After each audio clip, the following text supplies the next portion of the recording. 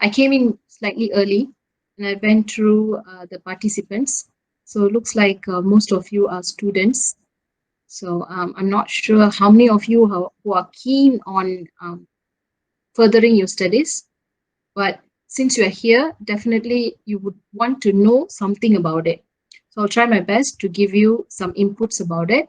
I'm not going to take this through very formally. So it's going to be more like a sharing session. So I'm going to share some stories, some of my stories, some of my students' stories, and relate it to the topics today. So whenever you have questions, feel free to ask me, even between questions, but probably I have to be prompted by Jisha because I can only see my presenting screen. I won't be able to see your messages. Okay, so can I start now? Clear?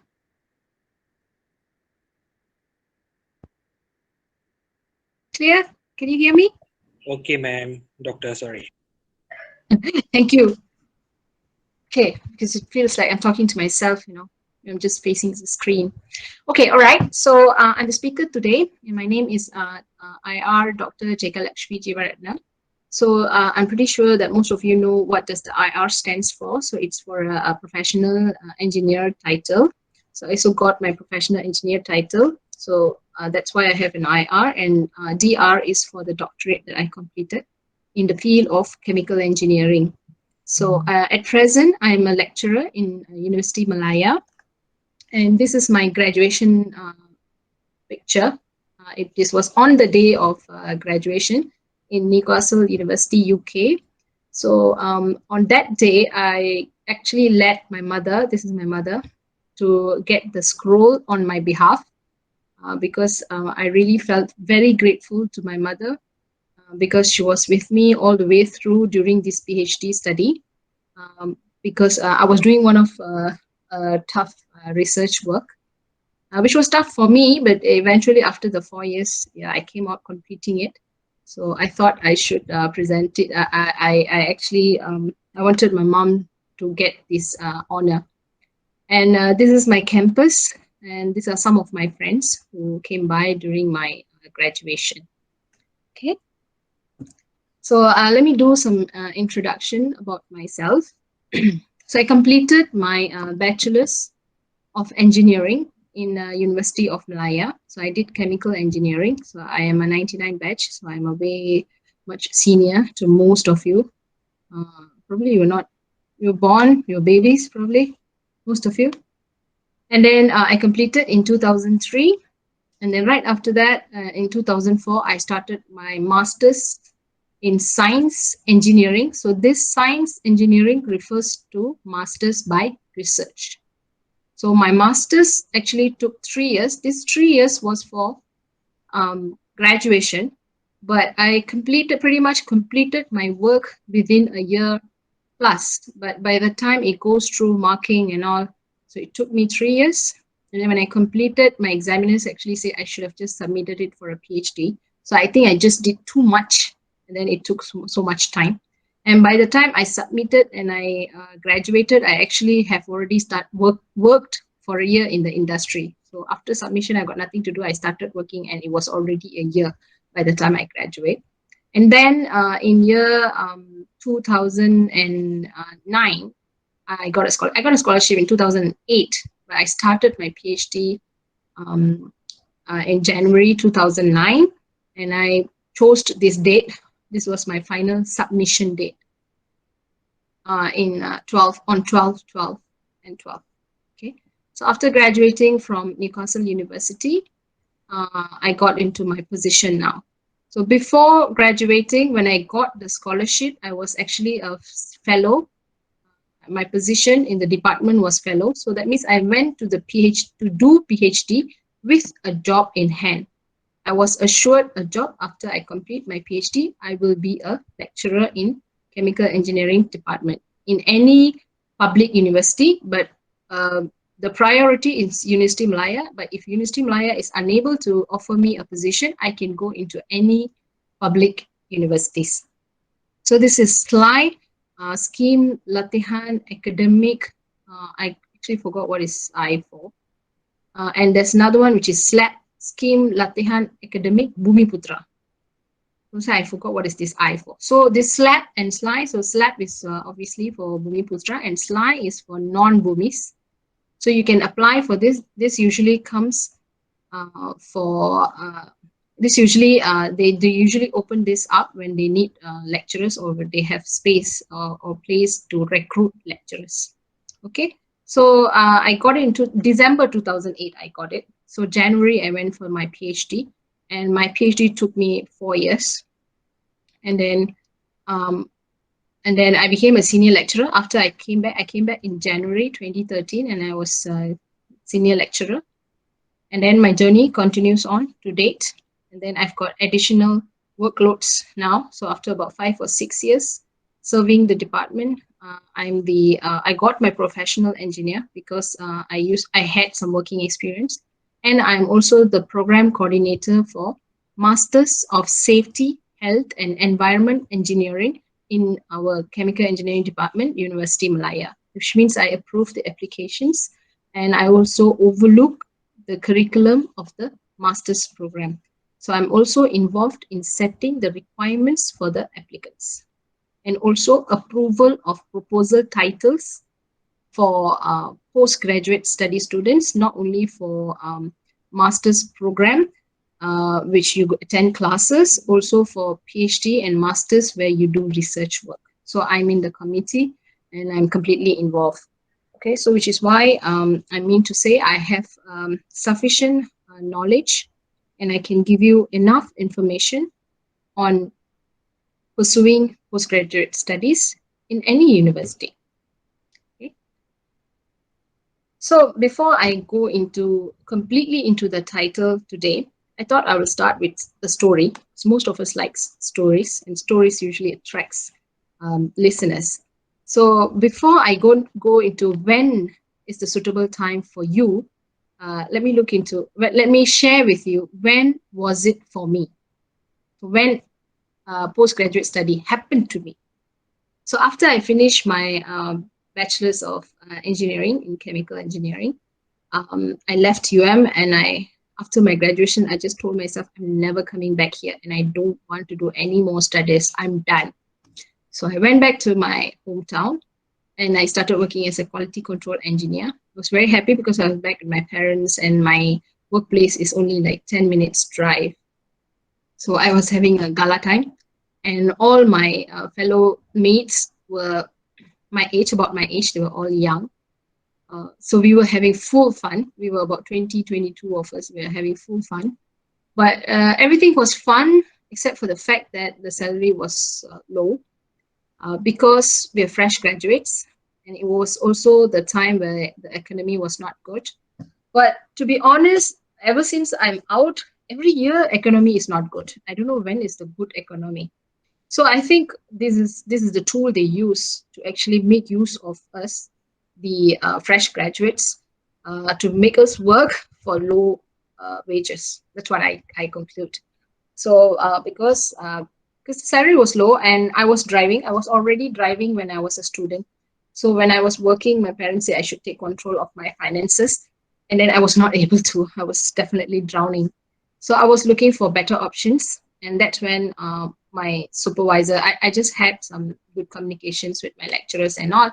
And my supervisor just casually asked me, what am I doing? And we chatted. And I said, yeah, the salary is low. I should look for a better prospect and blah, blah, blah. And then he said, okay, why not come over do masters with me? So he said, I can probably pay you an RA payment and you can help me tutor students in the class. So that seemed like a decent offer. And he gave me a better salary. And of course, if I'm a master student, and if to be back in UM and KL, I can also do private tuition classes. So I can also make some good amount. So from never wanting to be back to UM and to ever do any postgraduate studies, I stepped into master's study. Then after I stepped into it, I was doing a waste recovery project, and it was a wastewater treatment plant, and it was actually a very hot topic at that point of time. And so when I first started it, I was very blur about it, and it took me some time to understand. But as I progressed, I started liking it and learned every parts of it, and I started joining competitions and winning competitions and all. So I really did really well with my masters, and that led me into better positions. Better position. So right after submitting for correction, it means I have not graduated. With my knowledge, I got a position as a project engineer. It was a wastewater treatment plant in KL, in Putrajaya actually. So it was a Putra it's a plant in Putrajaya. So I was doing some refurbishing work, so directly related to what I have learned. And then after I have completed, and then I got a better job back in my hometown in the area of waste recovery. So because that season, this area was booming. People were building wastewater treatment plants, people were doing waste recovery. So my masters matched it, and I kept getting positions that I want. And actually, most importantly, it gave me salary increment. Every time I jumped, I got salary increment. So that masters actually gave me a momentum and a good feel. And I really gained knowledge, skills, which I actually practiced in my field. So after I got into this, then again, my supervisor, because he knew, because he liked my performance in my masters, he called me up and said, "Hey, chemical engineering has got vacancies, and we're looking for PhD students, and we want to send you abroad to study." So I quickly jumped into the wagon. I applied for the PhD, but when I got the results, they told me to do it in Malaysia. So I told them, if you want me to do a PhD, I'm doing it abroad. Otherwise, I'm not doing it. I do not want to do all of it in UM.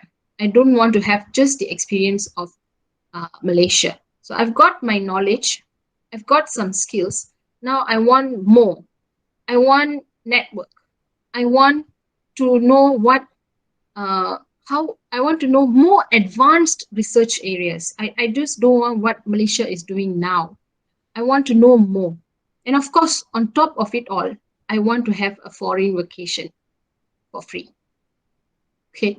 So with that, I ended up into this PhD. For some reason, because they knew about my master's performance, they actually uh, paid attention to my request, and I got a scholarship to do it abroad in any country. I could choose any country, and I got offers from Canada, US, New Zealand, and UK. And I decided to go for UK, and I did artificial intelligence in bioprocess, and this is the in thing now. So everyone is talking about data science, everyone is talking about artificial intelligence, everyone is talking about machine learning, robotics, and then putting it into bioprocess. So it actually gives me a very good outlook and prospect for my career. And I landed in UM as a senior lecturer, and I have my own expertise where people will look for me for this field. So this was my life story. So how, from not wanting to do any postgraduate, but when I get every time I finish it and I get a salary increment, gives me a fulfillment, and I'm also a step more intelligent, knowledge wise or skill wise. So it just makes me feel better, and I'm always at the forefront, where if I want something, I have this additional requirement. So that gave me the satisfaction. Okay. So the bonus is, of course, 4 years of foreign vacation and foreign networks for future collaborations. So what I did for PhD in 2013 and 2012, at present, my department is actually revising the curriculum, and they require expertise in this field. So it's always like that. When we go abroad, or even if we have people here with networks, so we will be working on future projects which can actually feed us knowledge and skills that will bring us an advantage in our career prospect. Okay, so that was for me. I hope I didn't brag too much about myself. Okay. Now, when is it for you? So let's look into when you should enroll for a postgraduate study. So if you're already having a career now, and then you want to have a new career, or by having this postgraduate studies, you can actually have a promotion. Like I have a master student now. He enrolled for master study just for fun. And then he did not really pay attention to it, then it got delayed. But as the years passed, he realized that master study can actually give him a promotion and subsequent increment for his salary. So what he did, he came back and picked up the masters and he's determined to complete it because he can actually get the increment. So if you have that, if having that new skills as well as the master's certificate gives you the advantage of a promotion or a new and better career, you should go for it. Okay. And then the next point is skills. Sometimes companies or even market will be looking for new skills and you find yourself not having sufficient skill. Probably in your bachelor's, you learned some skills, but you're not strong enough because you don't have experience or you have not worked in depth.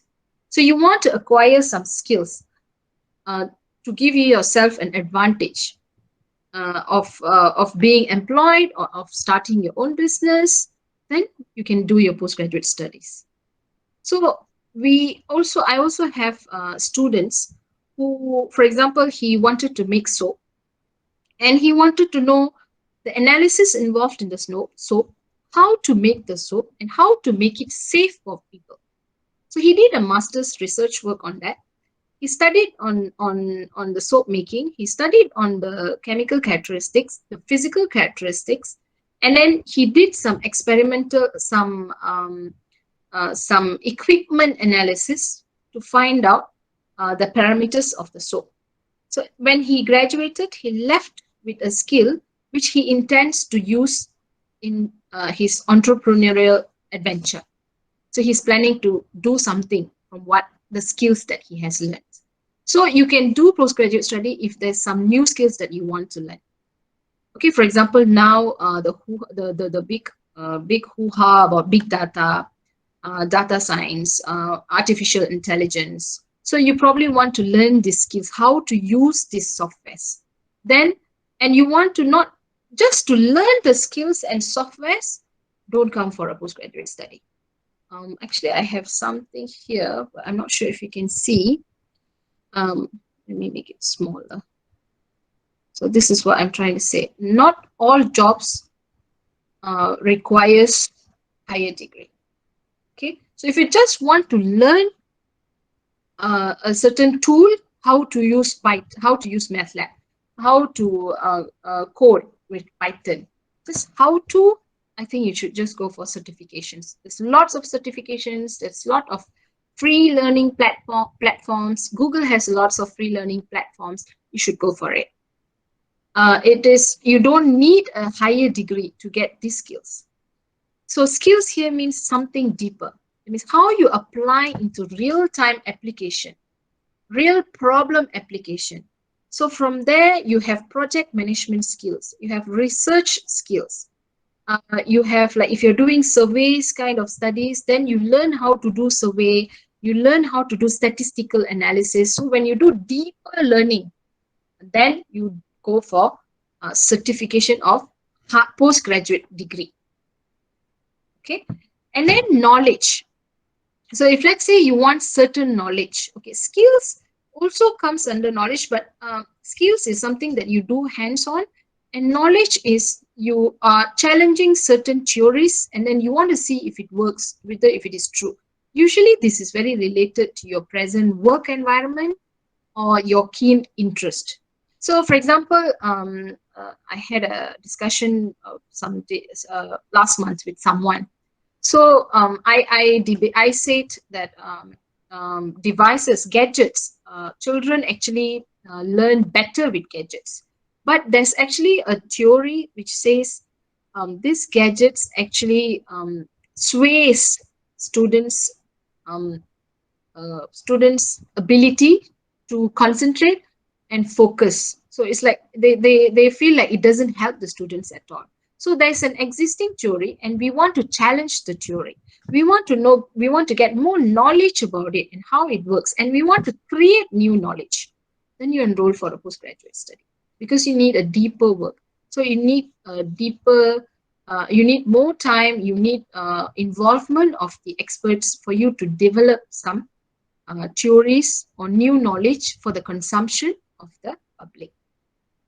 And last but not least is if it's your ambition, if it's your dream, and you have the money in hand, or you have the time in hand, or you have the scholarship, and you want to do it. Scholarship applies for all, of course, uh, but your motive could be different.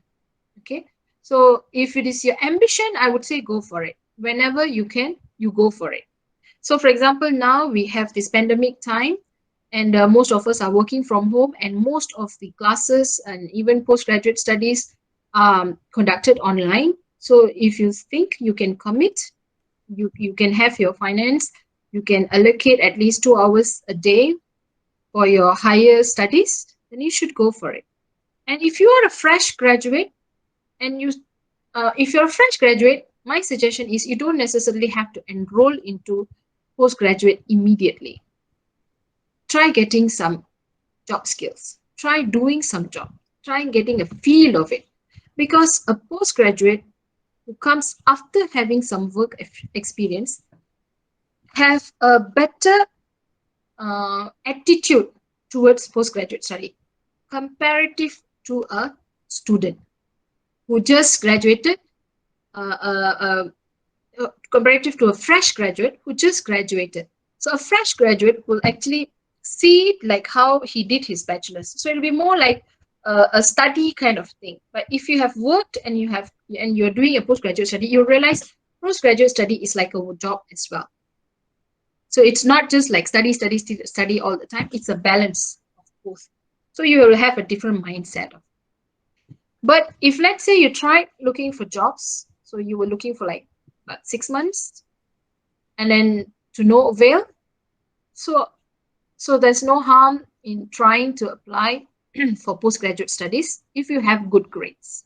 So usually in postgraduate studies, we have a 50-50% students who comes with who are fresh graduates and 50% who are working. So it all depends on these four main reasons.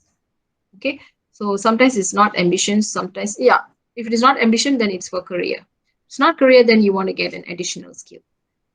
Okay.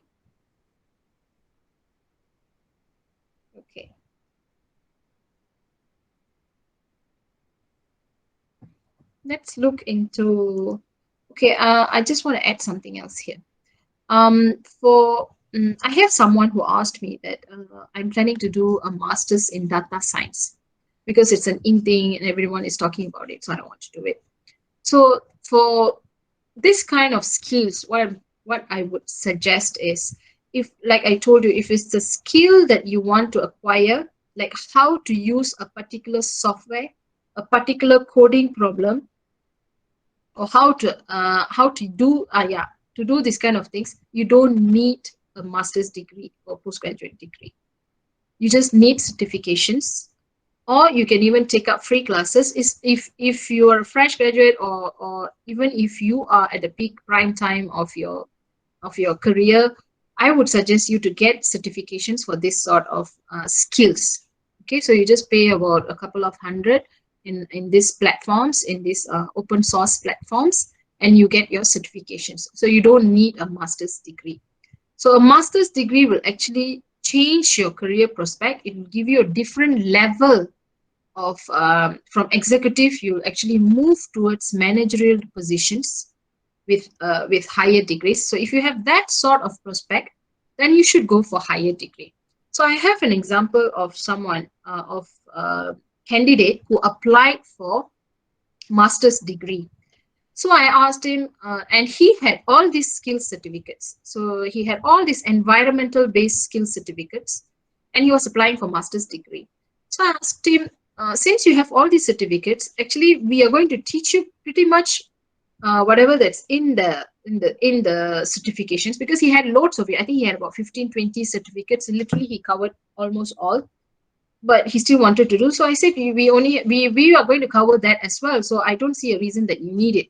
So he said, in my business, when I speak to my clients, they value uh, people with degree certificates. That means higher degree certificates better.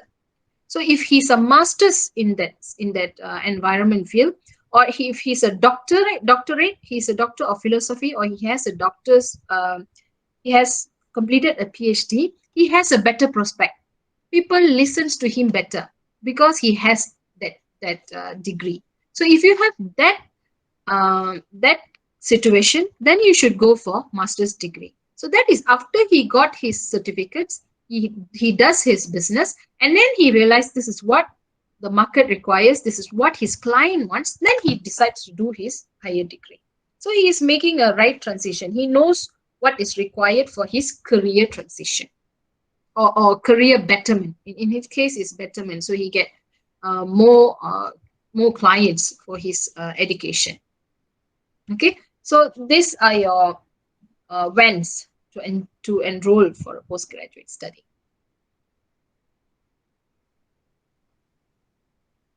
Right.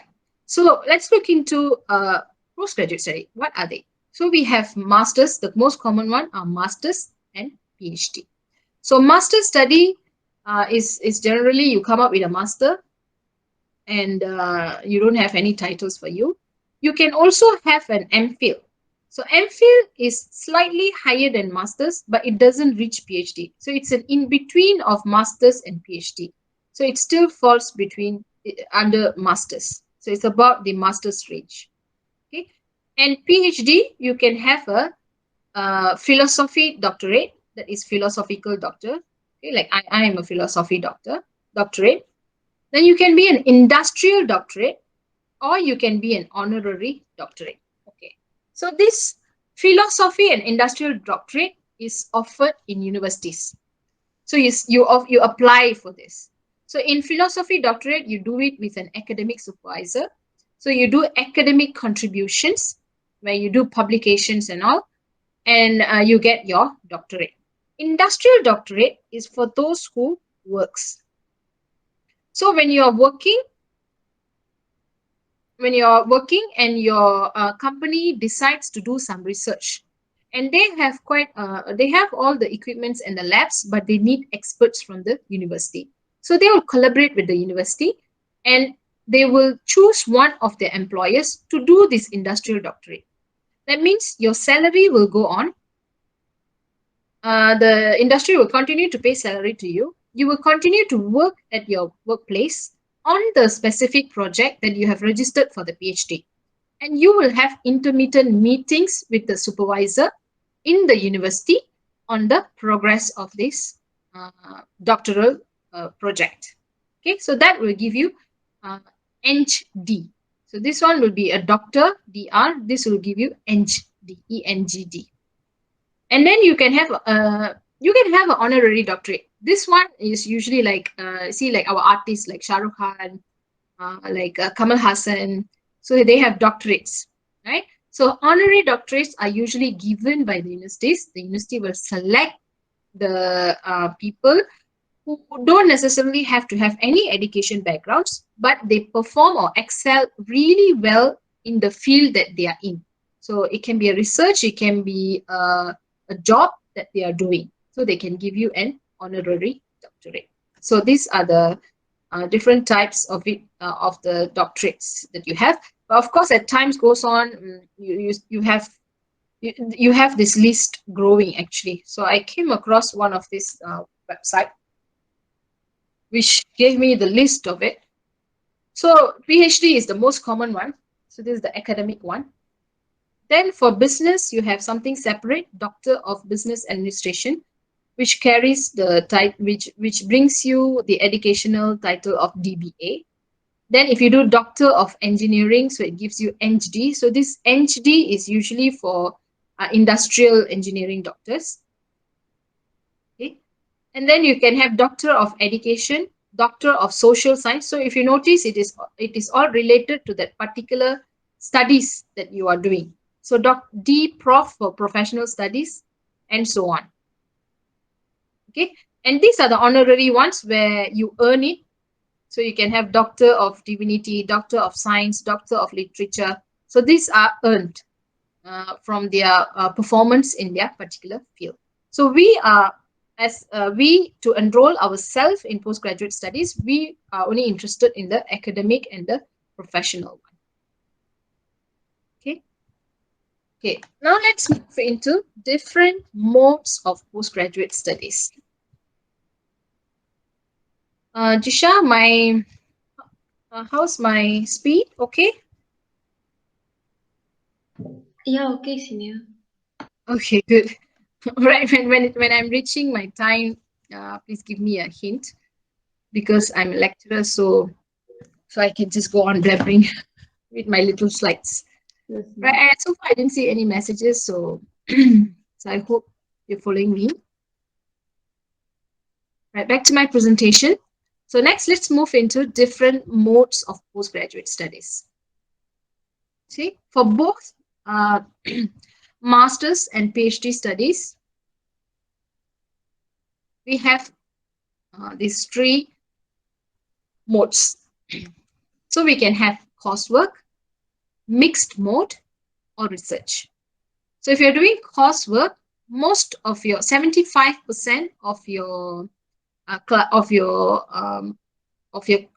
completion of your subjects are done in classes. So you have classwork and you have exams to sit for. You only have 25% of research component. Then you can also enroll yourself into mixed mode, where you have fewer classes than the coursework. So coursework, usually you have about, like we have about 5, 4, 9, 10, 11 subjects with 43 credit hours to complete. Okay, in that 10 credit hour is coursework. From the 43, 10 is coursework. In mixed mode, you will have 50-50. So if you have 40 credit hours to complete, so 20 will be subjects, 20 will be research. And if you're doing research mode, you will be doing 100% research. So usually if you're looking into career prospects to get a better job, to acquire skills, to acquire knowledge, usually you will go for coursework and mixed mode. If you're looking into researching, you want to know, you want to find out about new ideas, new studies, and you have an intention to do lecturing in future, then you'll usually go for research. And to do from master's to PhD, if you do master's by research, to transition to PhD by research, it is an easy thing. But if you do coursework and mixed mode and you transition to PhD by research, that's a lot of work for you, because when it's 100% research, like if you do 3 objectives here, usually in this research you will have 3 or 4 objectives. You will only do 1 objective here, and here you probably do 1.5 or 2 objectives only. That's the amount of work you do. So this one you'll be doing 3 or 4. So when you transition from here to the PhD, you will actually feel the transition, because it's no more like you going to class, but you have to manage your time and you have to find out how to come up with a proposal, come up with your methodology, find the equipments, do the experimental work. If you're doing, like if you want to do artificial intelligence, then you have to come up with the codings, the sources, you have to do some reading and get things done. So that is the transition. Okay, and these are the different modes which applies for both masters and PhD. Both masters and PhD has these modes. Okay, but most PhD doctors of philosophy will go for research. Because if you want to be an academician, if you want to be a lecturer, in public university and also private university, they want people with a PhD by research, because you will have to do research after that. So if you are already in a mixed mode or coursework, you'll be struggling to do research. But probably some new institutes might also take in the postgraduates with no research background, because usually their workloads are usually teaching and lesser on the research part. Okay, but if you're looking into public and private universities, then research is an important component. Okay, next one is duration and requirements. Since you can't see this, I'll just pull it up. Okay, so the duration is all these studies, it can be full-time or part-time. So this is the most common one. So you can do it full-time and you complete it. Usually for masters, it's about between 1 year to 2 years. If you do it part-time, then it's usually about 3 years. If it is PhD, your full-time is usually about 3 years. 3 to 4 years is a very good timing.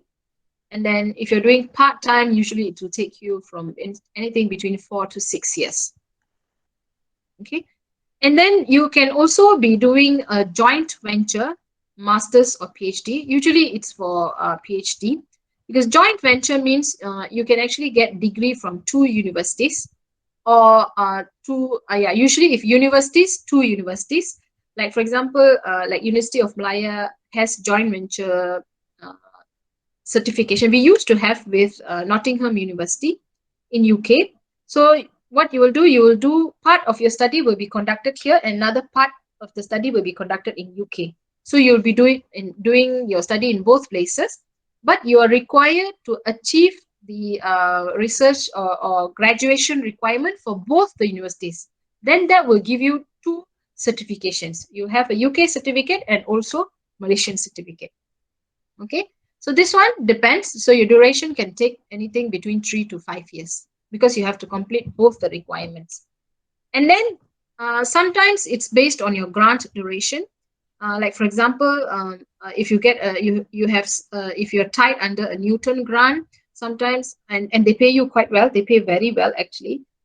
So these grants will if the duration is 5 years, so usually the study will be also about 5 years. So you should complete everything by 5 years. So that is for PhD. Usually this 2 is for PhD. If masters, it will still be between 1 to 2 years full time. Okay, usually this one is also for full time. And the good news is you also have a fast track.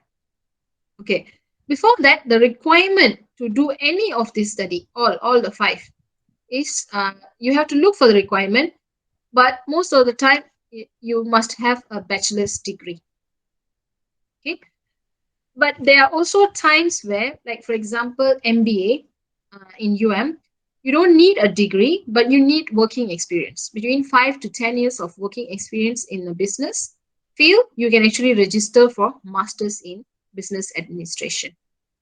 So you have to look for the requirement. So there are some master's degree which requires you to have a diploma or advanced diploma, and then you have some working experience. You can actually get into the master's program. And another way is, if you are a bachelor student now, like for example in in engineering faculty, if you get 3.75, let's take 3.75 and above in your bachelor's degree, you can actually directly do a PhD. You can directly register for a PhD.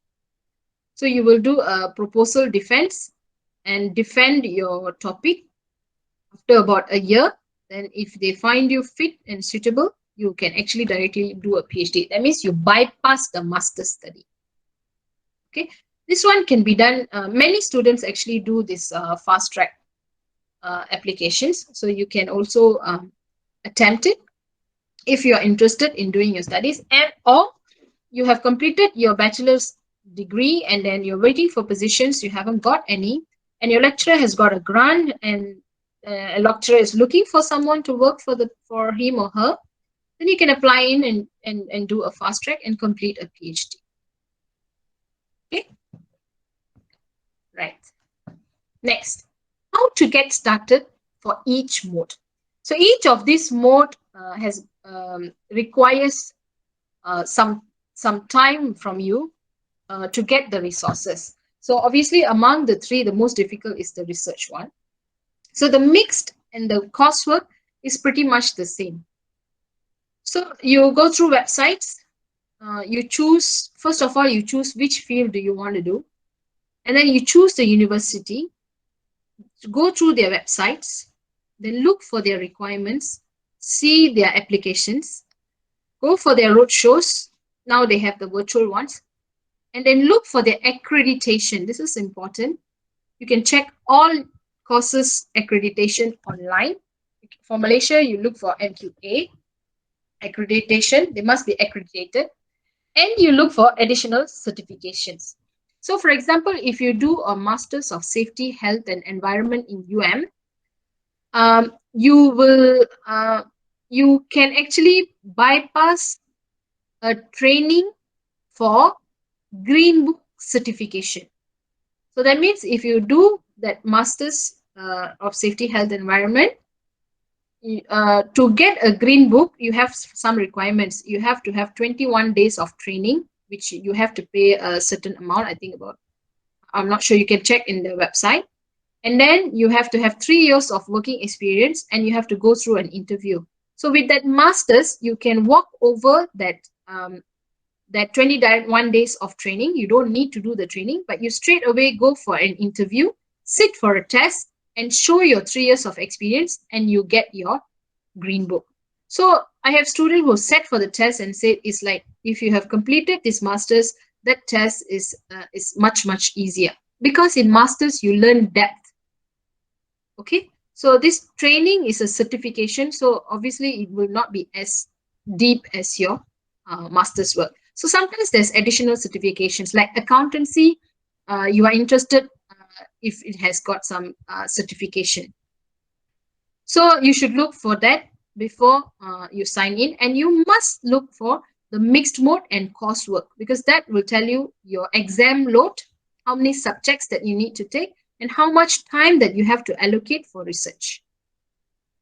Okay, and then for research mode, okay, this one requires a lot of work. First of all, it's best, because it's research, you are going to find something that is not existent yet, but not completely existent, non-existent. Someone would already have done A, and you probably are going to do A plus a small a. So for that small a, you still need a good ground of knowledge, interest, and capacity. Okay, so you need to know which area you're interested in. What project do you want to do? So if you have no idea at all, you can look for what is the in thing, what do researchers talk about. And then you can look for areas. That's why I said if you work first, then you know a little bit about the environment around you. There are some jobs that you want to be in, some prospects that you like, then you would like to look into that.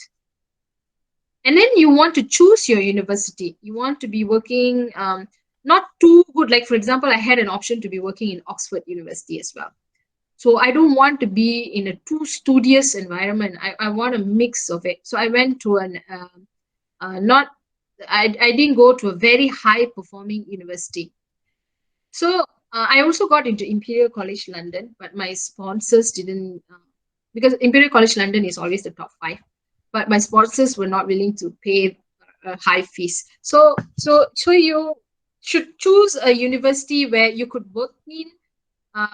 You will have both work and life balance. So you can't be like you don't want to be like in a like a very like Oxford.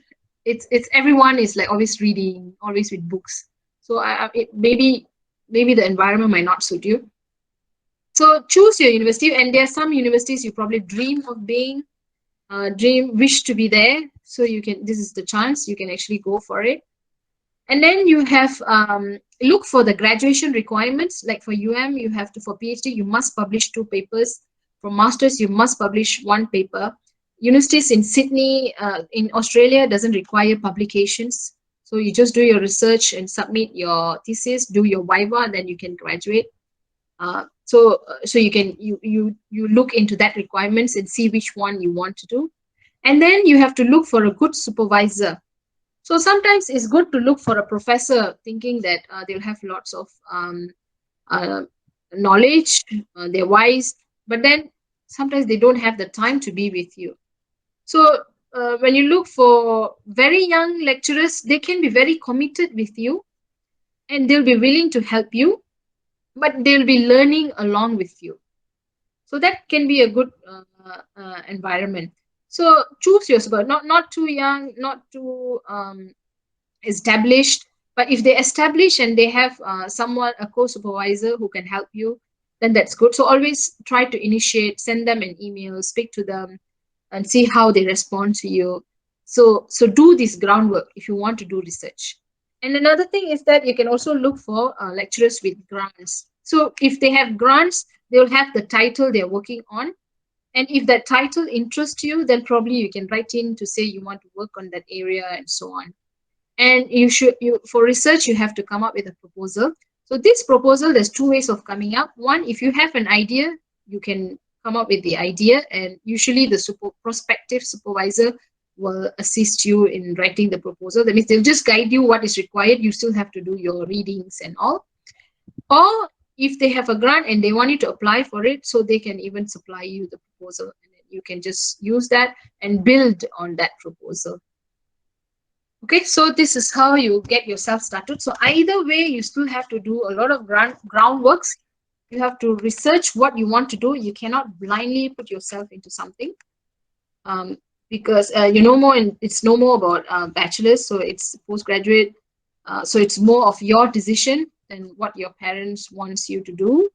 And if you're already working, so your working environment should tell you what is your best mode.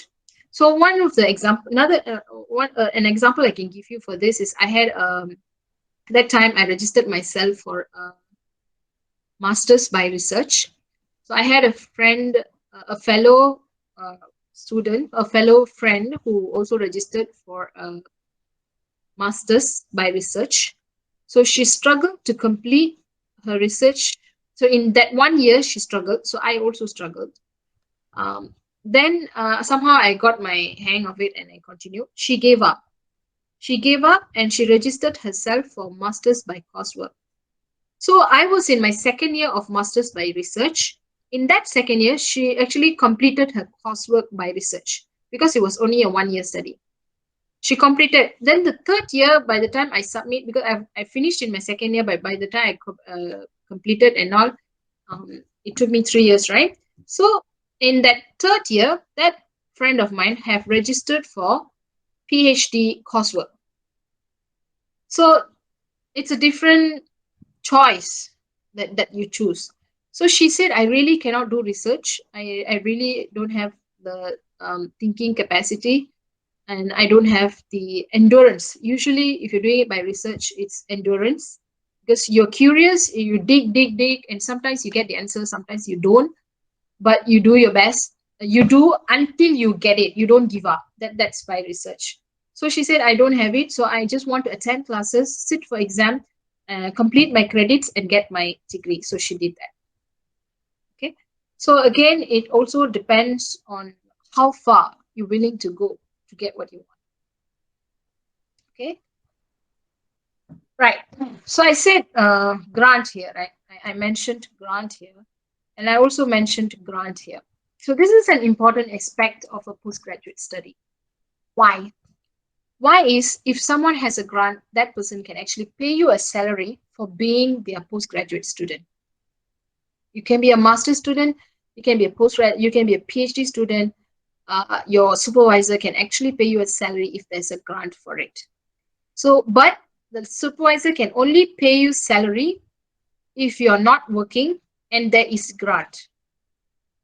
Okay, if you are working and you have a scholarship, or either or, you don't have a scholarship but you're working, we can't pay you a salary.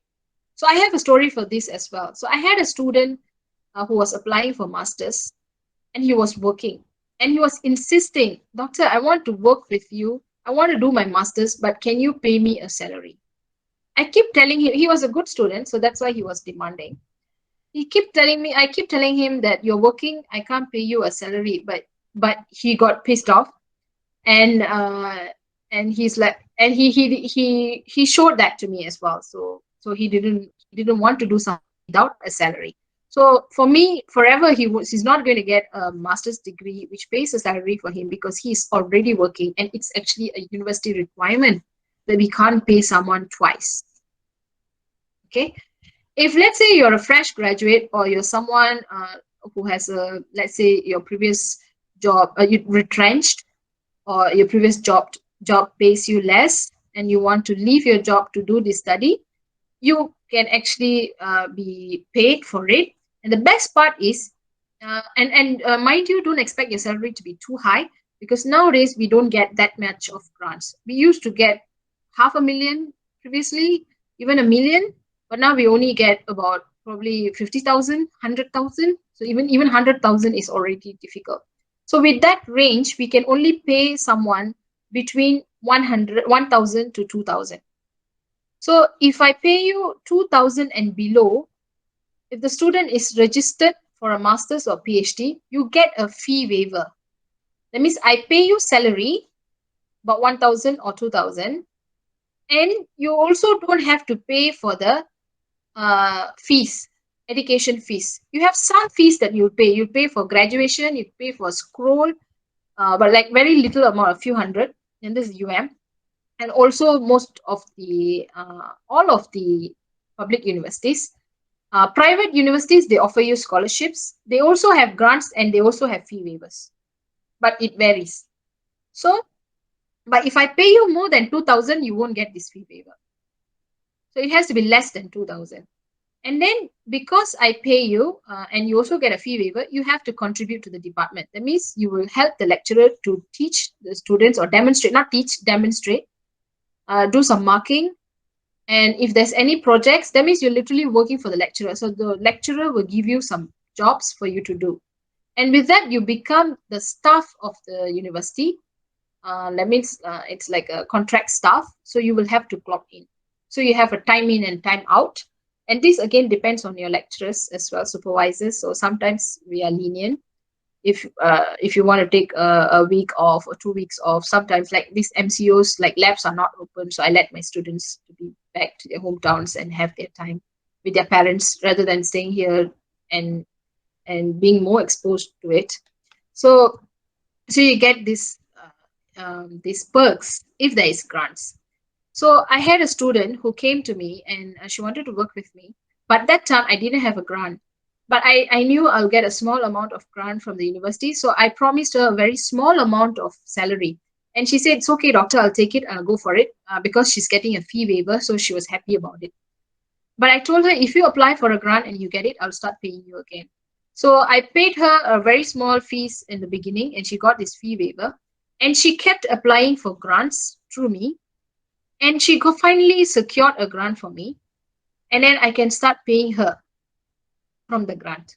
So sometimes the lecturer might not have a grant, but you think you can work with the lecturer, you have an ink, you think you can get along, then you can also eventually get a grant.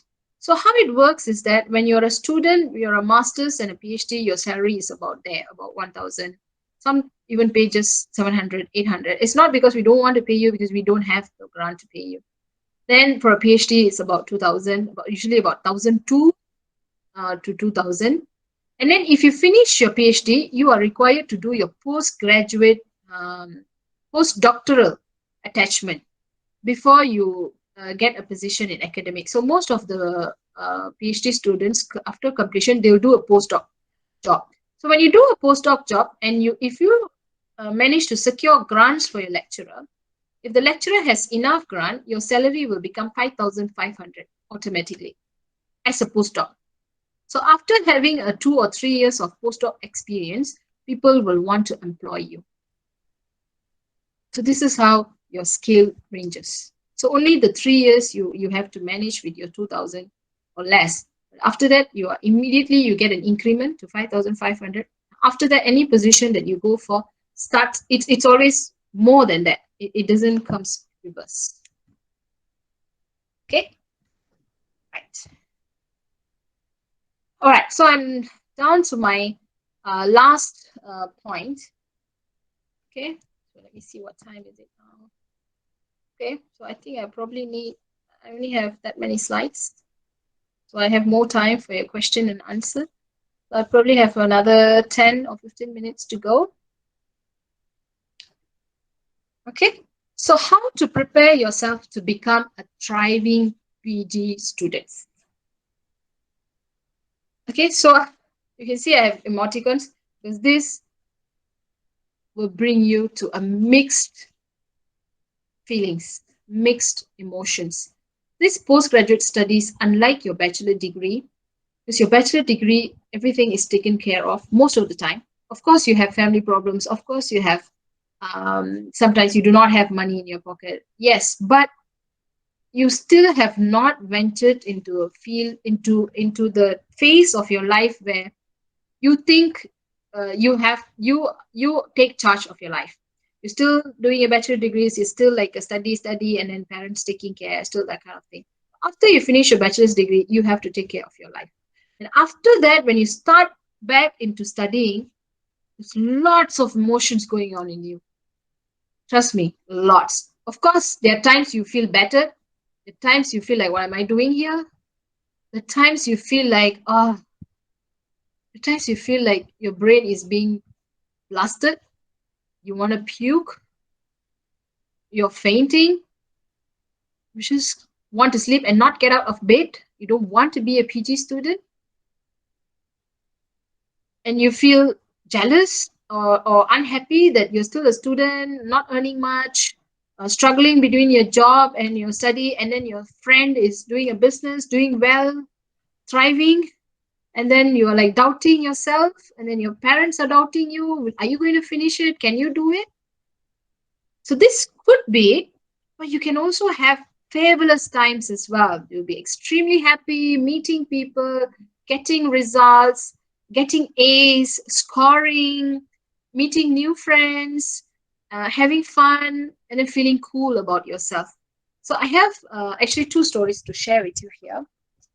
So I had a student who was my bachelor degree student, and after a year gap, he was involved in a business with his family business, and then he came back for his postgraduate study. So in his bachelor's degree, he extended 1 year, and he didn't like his bachelor's degree at all. He didn't find his friends helpful. He just didn't like it. Then when he came back for postgraduate degree, he told me, come people in postgraduate studies are so different. Everyone works together. There is no barrier amongst races or gender. Everyone works together. We laugh, we eat together, we travel together, we share experiences together. Say it's so much fun learning in this PG environment. Okay, so this was the experience that he shared with me. Then I had another student who said he finished his bachelor's of chemical engineering in UTM, and then he said he tried looking for a job and he got low paying wages and all. He wasn't very happy. Then after that, he took up a master's degree course. He excelled, and he said the very next year he got a very high paying job in oil and gas field. He got married. And he said his life just changed, and he's really so happy of what this postgraduate study has done to him. So these are the things that can happen. And I also had one negative story. I had a PhD student who came from a foreign country, so Middle East. So he came here, and he's actually a bit. When you do postgraduate study, you don't necessarily meet people who are of your age. People can be much older than you. People can be in their 50s and 60s and still sitting with you at class. Someone can be a successful businessman and sitting next to you just to get the degree. So you'll meet a lot of kind of people. So this guy, he was in a high position in his country. When he comes here, and he was quite elderly. Yeah, he was about his or around his 50s. So he expects people to listen to him, and he wants to be You want to be autocratic. So he couldn't mingle with any students because although they tried their best, our students were good trying to help him, couldn't mingle with them. So he left with no friends.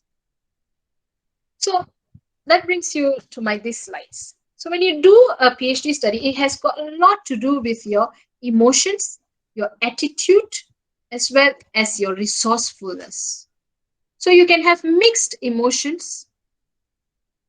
You might not like someone, you are not sure whether you're doing the right thing, your study is taking too long, your research is not working out. You can have mixed emotions. Things do not go right always. So you do a research, like I had a friend who was doing a PhD. She was doing some bacterial study, and then she left it for the weekend. When she came back, all her bacteria died. So she had to do it all over again. And then she has to purchase the stuffs all over again. So she was so devastated. So things can go wrong. And then you can break up with your supervisor. This is the most important thing. The most important person in your life for your PG study is your lecturers and your supervisors. Especially when you're doing research, your supervisor is the only one who can help you. So you can actually end up breaking up with your supervisor. You just cannot get along with him or her. Then you can have delay in resources where you wanted to, you ordered some stuffs and then there was MCO, you can't do anything. And then you have 3 or 4 months wasted. So that can happen. If you're working, you can have workplace pressure. If you have a family, you can have family pressure. You can have a lot of other pressures. You can have love life pressure. Okay, and you can also have no friends. Maybe your supervisor, you're the only student for the supervisor, or you are not good in making friends. You actually can have this condition. Although I keep giving you something negative, something difficult, but everyone, but people continue to do PhD, people continue to graduate, continue to complete. So I'm sure it is not something that is impossible. It is always something to do with how we look at things. Okay, so we can always address our issues. If we have mixed emotions, we have a balanced lifestyle. We exercise. If we need to find some money, so we do some extra tuitions, do some freelancing, or you can do some stocks.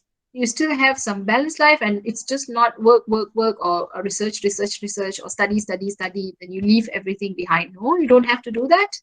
If something goes wrong, always accept, okay, things can go wrong. Keep working, persevere, and give time for it to recover. You can do that. If you break up with supervisors, build a relationship with the supervisor. You have to understand building the relationship with the supervisor is important. Do what is important with the supervisor. If the supervisor is not helpful to you, you can always find help, have resources, do active networking and get help. Ask friends, ask other lecturers, go play football with the lecturers. The present VC of used to play football when he was a lecturer. So some of my guy friends, my bachelor degree friends, the lecturers and all used to play. So now he's doing a master's degree there, and he's a VC, and they are football mates. So you see, you have a network there. You get things done. People know you. So it's a happier place to be because you also have a non-academic interaction with these people. And let's say you have pressures from any place, you have pressures, have a clear communication, speak to them, tell them about your important timelines, and tell them that you need to focus for a certain period of time. So if we fail to communicate, that's when our pressures build up. If we have no friends, we make friends. If we can't make friends in the department, in the university, we make friends outside. We keep our circle happy. So if you notice again, it's a lot to do with emotions. Why I'm saying emotions? Because postgraduate degree is a lot about endurance and perseverance. You once you stepped into it, you want to finish it. If you don't know how to do something, you want to learn it. You look for resources, you ask friends, you work with friends, you have to speak up, you have to communicate. It's never a one-man show, it is a teamwork. So you need to have a good you need to have a stable mindset. You need to have a positive mindset to be able to endure your postgraduate studies. It's not like your bachelor studies. You have more credit hours in bachelor studies, more subjects in bachelor studies, but postgraduate studies are not like bachelor degrees. But postgraduate studies really has got lots to do with your emotions. Okay, so that's all. So I think it's what 9:15. Okay, about short of 10 minutes. That's all from me. Thank you for listening, and I'm happy to take in any questions from you. Passing it over to Isha. Q&A session. So any questions இருந்துச்சுன்னா chat boxல drop பண்ணலாம். Senior will answer.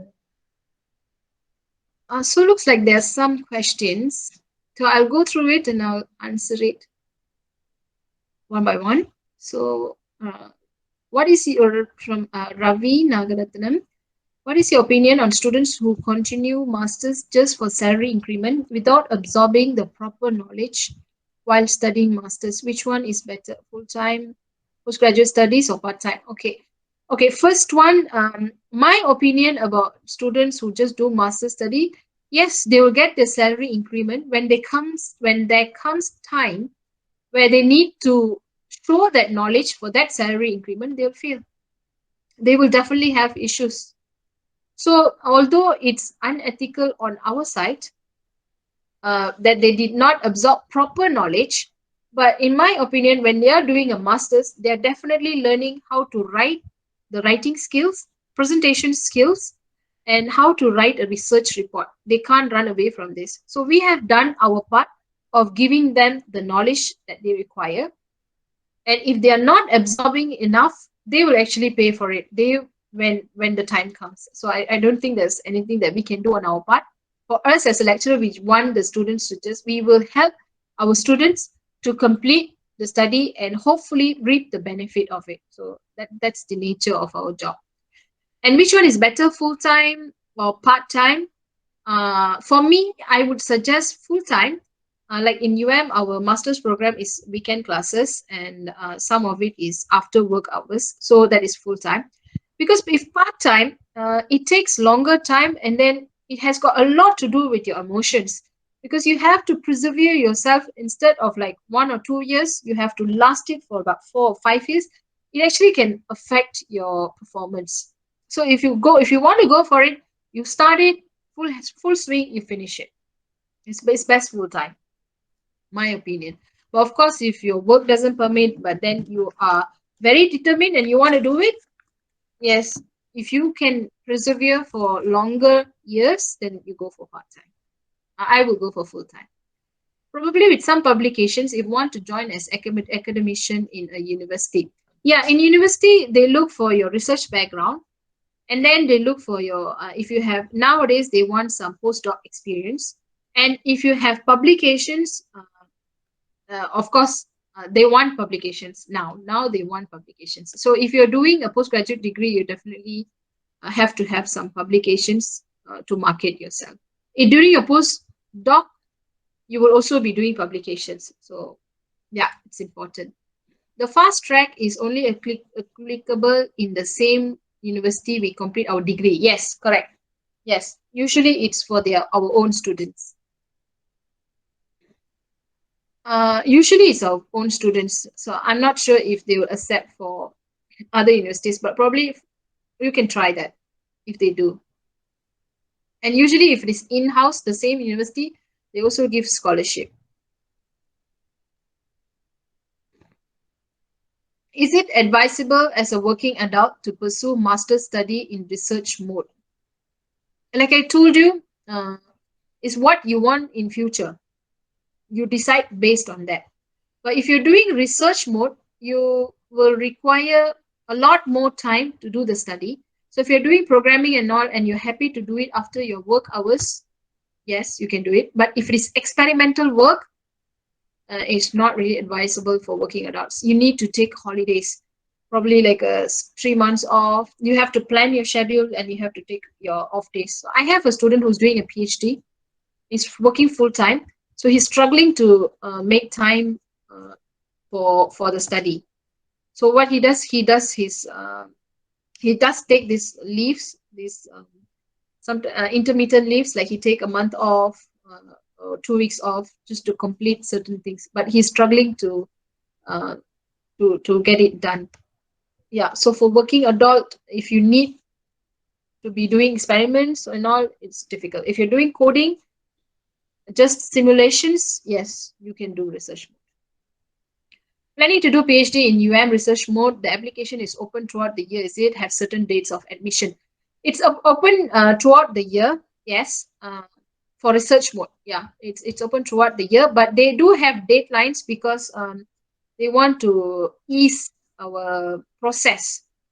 So it's best.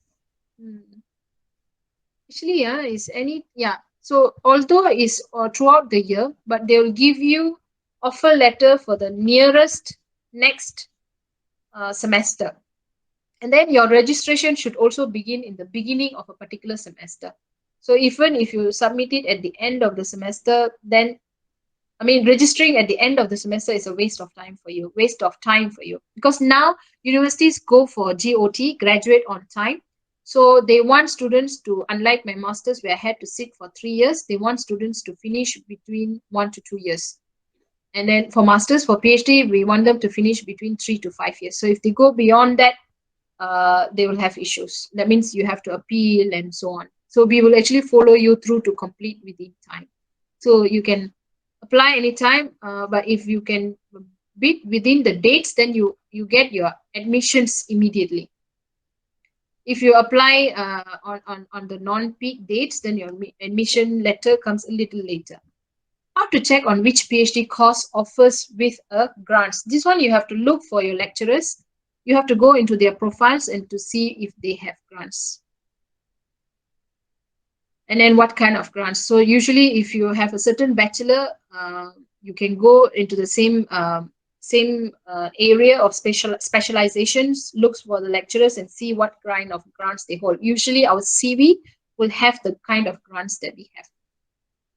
The salary only for master student doing research, correct? Yes, only for research student, not for coursework or mixed mode.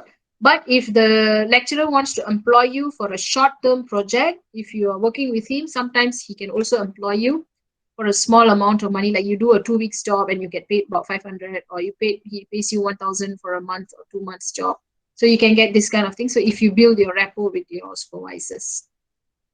Good day, Kirtana. I'm an engineering student. Is it advisable to work for 3 years in my field first and apply for an IR, or to complete my master's first? Thank you. Okay. If you get, Kirtana, if you get an opportunity to work in your field, work first.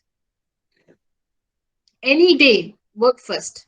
Because after you work, you know what you want in your master's. You have a better idea of how you want your career to develop. You don't necessarily make 100% accurate decision in your first try, but at least you have an idea what you should do. And your IR, although after 3 years you can apply for it, it will take you some time. So for engineer, work first. If you can go for IR, go for it first, and then you do your masters. You are a better master after that. I'm an academician in one of private university here. My employer offer me 100% scholarship if I do my PhD in the institution. Do I accept the offer or go for any public university instead? If I were you, Mr. Ravi, I'll go for it. I'll go for the scholarship and I'll do it in the same institution. And because you're already an employee yet there, I will try to make a joint venture in a university abroad, so that I get some networking, especially when you have scholarship, play around with it. Widen your scholarship. When you have money, people want to employ you. So you have one lecturer, you can have one lecturer in that particular institution that you're working in. Then you can also collaborate with other universities. Let's say you want to work with UM. Then you can look for lecturers in UM and they become your co-supervisor. Let's say you want to work with someone in UK, you can get someone in UK to be your co-supervisor as well. And of course, all these have to be agreed by your lecturer. So when you do that, you actually widen your prospect. When you're with scholarship, people want you. So widen it. Okay. Is there need to do PhD to become a lecturer? I saw in my university, there are lecturers with master degree. Yes, now there is a need to do a PhD to become a lecturer. If you want to work in public university and private university, the renowned one, you have to do it. If you are talking about matriculation colleges, if you're talking about other the universities, but there are in Malaysia we still have some universities who takes master's degree because we don't have that many PhDs. Eventually, it will grow up to PhDs, and PhDs has a different salary scale compared to master's degree, at least 2 or 3 thousand difference for a start. So if you get a job as a master's degree, you get a job as a lecturer, take it. And then because you're already in that field, it's easier for you to do a PhD because you will learn. And then you can actually increase in your salary scale. Okay, Raven Kannan, that's for you. Subraj Subramaniam, doctor, would like to find out, can industry expert, not an academician, become a, yes, industry expert can become a course supervisor, but usually we call them as consultants. So they will be in their name will also appear as your supervisor. But we call them industrial consultant. Yes, they can be. Okay, you can, if you look for someone from the industry, then you get the access to the industry as well, which is good because nowadays industries want to have publication as well. They want their name to appear in the journals as well. So if you have this opportunity, make use of it. Dr. Loshana, any advice for students who are keen to pursue masters in safety, health, and environment engineering but does not have prior knowledge? Yes, you can. As long as you have a bachelor's degree in as long as you have a bachelor's degree in science, environment, engineering, anything that is related to environment or science kind of subject, you can apply. So I will actually look into your subjects taken. So if you have some maths, some chemistry, some process, bioprocess, biomedical, so I will accept. So actually we do have people who are even stewardess who actually takes this course because safety, health, environment is needed in all fields. Now all fields requires it. So it's one of a hot requirement skill. So if you're you post your bachelor's, after you finish your bachelor's, if you're looking into doing a master's degree, a safety and health and environment is a good option for you. Okay, you don't need a prior knowledge, you just need your bachelor's. I just have to look at your transcript to see if you will qualify. Okay.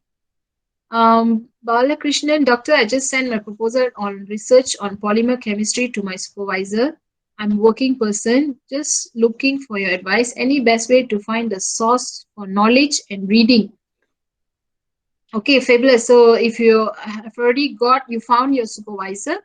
For knowledge and reading, of course, the university that you have registered in will have a huge access to a library of knowledge.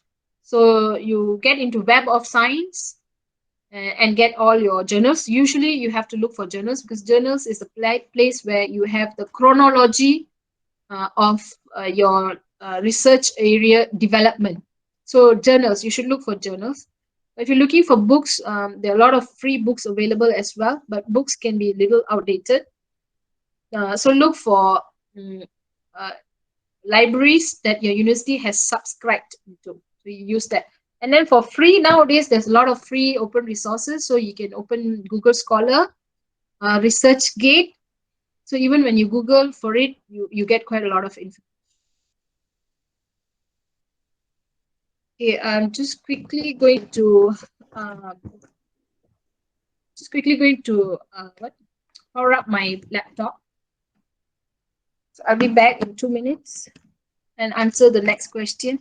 So that was for Balakrishnan.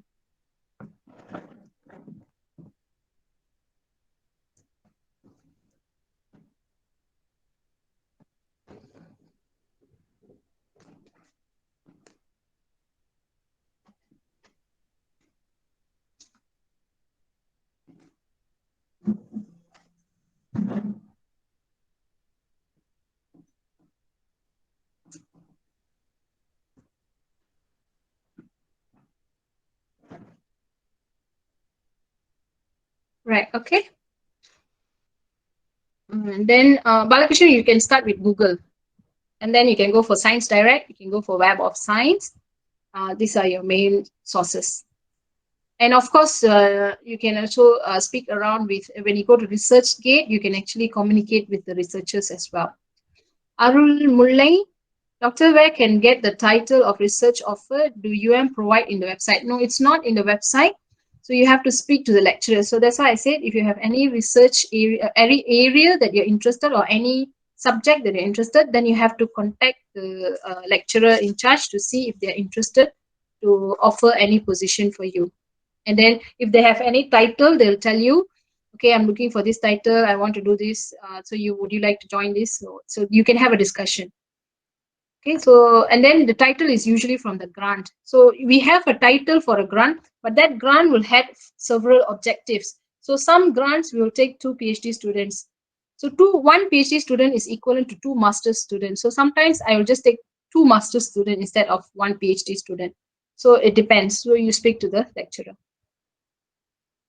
Do my paper goodies. Doctor, what would be your advice on choosing research proposal title for economics and administration for PhD admission?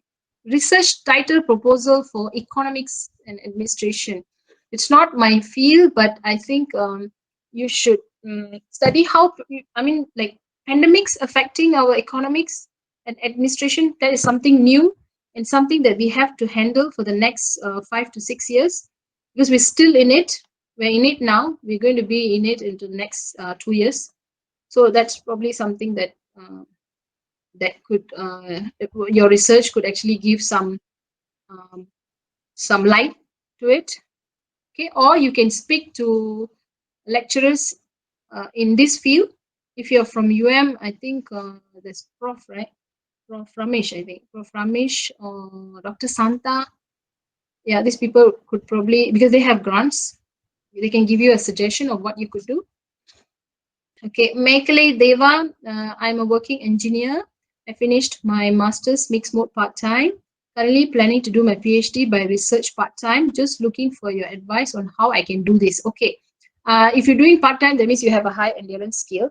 Okay, you can go back to your same university and look for your lecturers. Okay, whichever lecturers who taught you this mixed mode, you can look for them and you can actually enroll with them. You can ask them if they're interested in doing any PhD, or if you're an engineer and your master's mixed mode is an engineer as well, then you can go into any engineering field and any engineering university or department and ask for any researchers that they want to do. Like for example, you can, if you're a chemical engineer, then you can ask me if there's any projects or something, and if I have anything, I will let you know. So I'll probably want to know what you're working at. If you have any interest, anything that you want to research, then we can do that as well. So it's that you have to communicate. You email someone. So you can start from the university that you used to be in, or if there's any university you wish to be in, you can also start there. So before I applied for my, when I was applying for my PhD, I think I sent out about 70 applications to the universities that I want to be in. And I didn't get reply from everyone, but eventually I got reply from some. I think I only got reply from about 10 or 15 of them.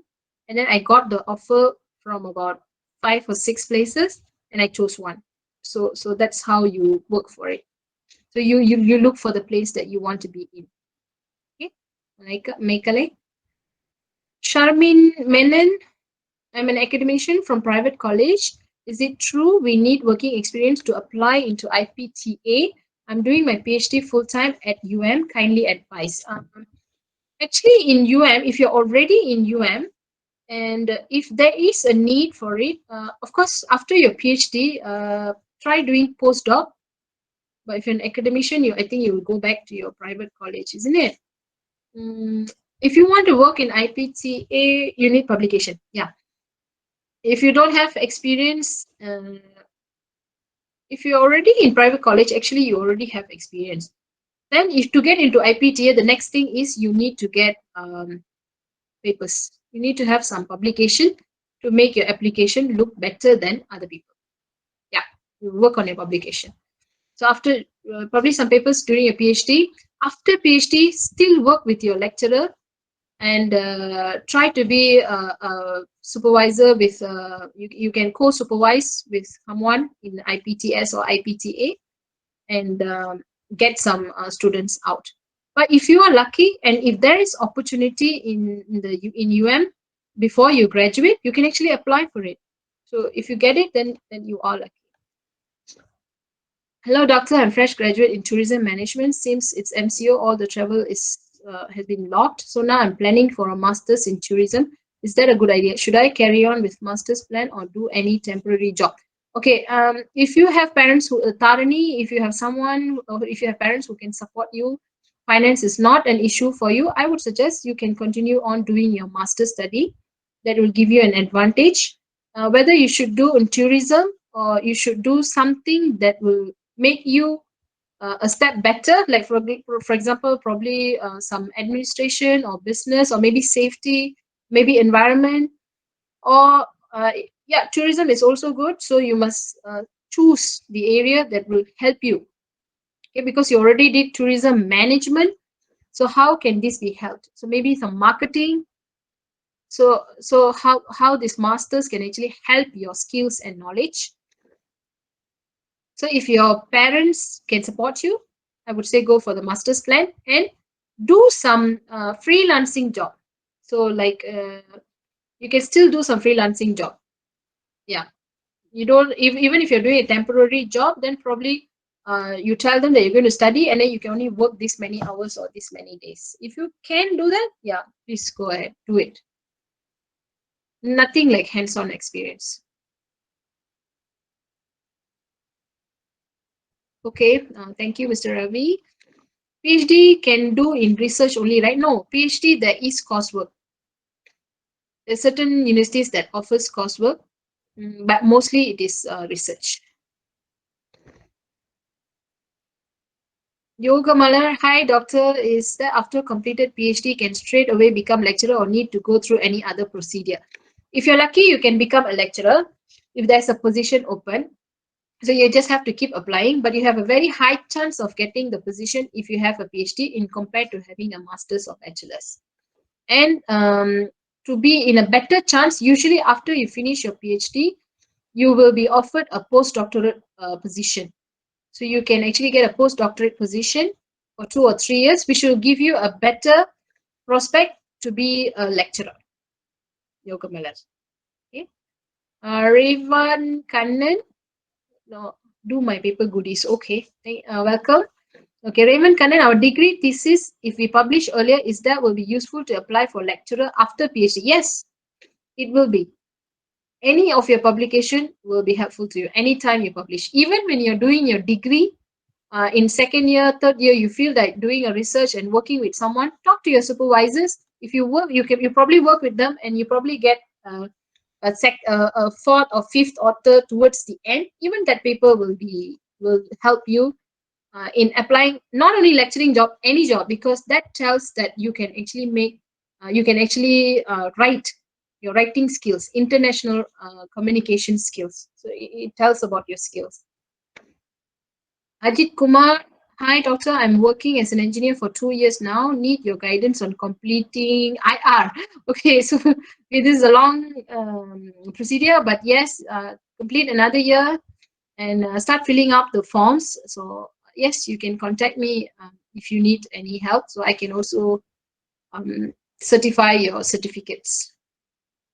Gunalan, is it a good idea to further master studies specific in process safety and loss prevention? Yes, it is, Gunalan, because process safety and loss prevention is an in thing now.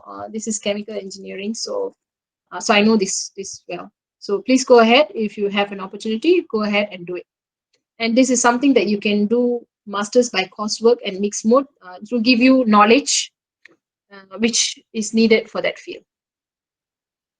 Mr. Ravi, okay, sure, Mr. Ravi. Thank you for helping me to answer the questions, and I wish you all the best. So if you need any inputs, if you would like to discuss further on any matters, please feel free to email me.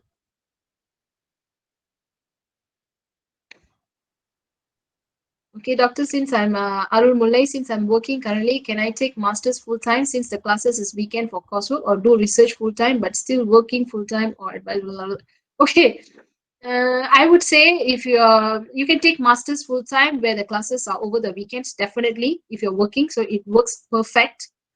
Okay, but to do research or not to do is another thing. You have to decide whether you want to do research or coursework, and why you want to do each of it. I already mentioned to you whether you want to get knowledge, and you want to research in certain area, that means something that doesn't exist, you want to do that, or you want to acquire skills, knowledge, and hands-on experience, that is coursework.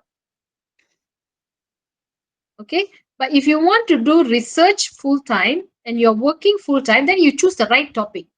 You choose a topic which will allow you to work from home most of the time, and you only need to take a short period of break to do it in the universities. Time for me, since you have a long endurance, I would suggest you can do it. But for me, if you ask me to stay on for too long, I might break. For me, that's part time for me. But there are a lot of people who does part time, and because they have that strong endurance that they want that degree. So if you have that endurance, you go for it. If you do coursework, you can still do a PhD by research and still become a lecturer. So whether to do coursework or research, actually coursework is more expensive than research. Coursework is easier than research. So you have to decide this.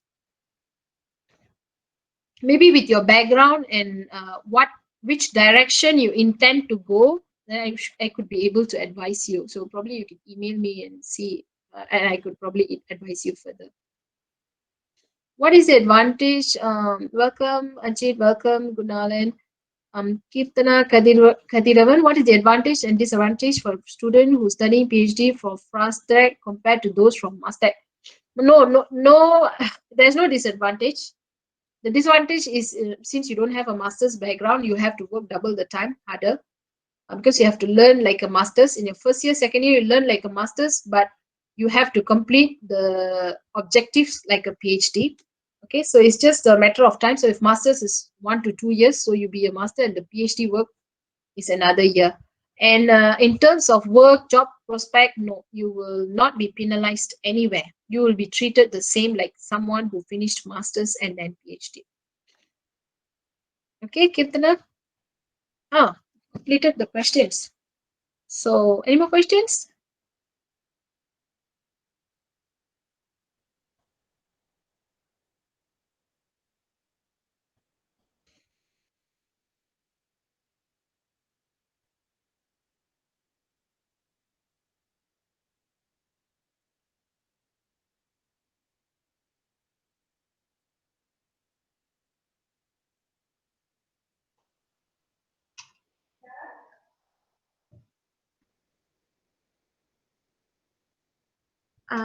Thank you, Senior Jega, for the session.